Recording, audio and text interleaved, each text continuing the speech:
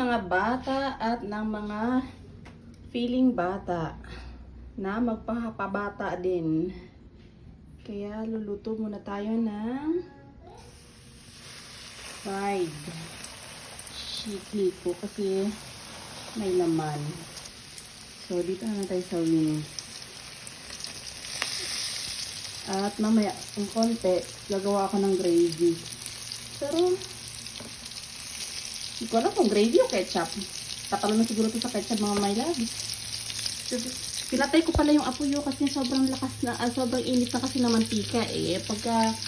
Pagka hindi ko pinatay yung apoy, masusunog to. So, buhay na natin. At, alali lang yung apoy. Ganyan. Ganyan lang. Tapos, para juicy pa din siya at the same time, luto. After 10 minutes mga my love, ito natin. Balalik pa rin na natin. So, ito na siya. Hindi ko siya ganun ka-golden brown. So, mamaya, babalik pa rin din natin ulit.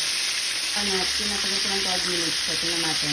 Ito yung kayang 10 minutes. Ito yung babaliktad ko na ito. Gawin natin 12 minutes. So, ito.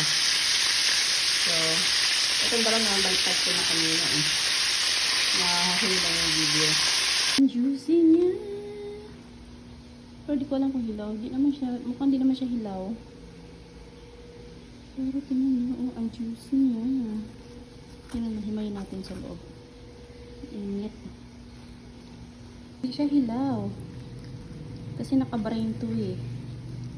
Ayan oh. Ayan. Ayan, ang juicy niya, mga my love. Ay, sira ko ni manok, pero sa ngalan ng juiciness, sisirain natin.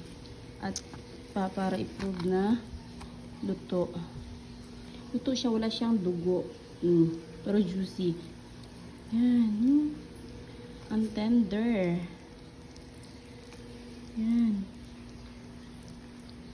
Iba talaga nagagawa ng brine.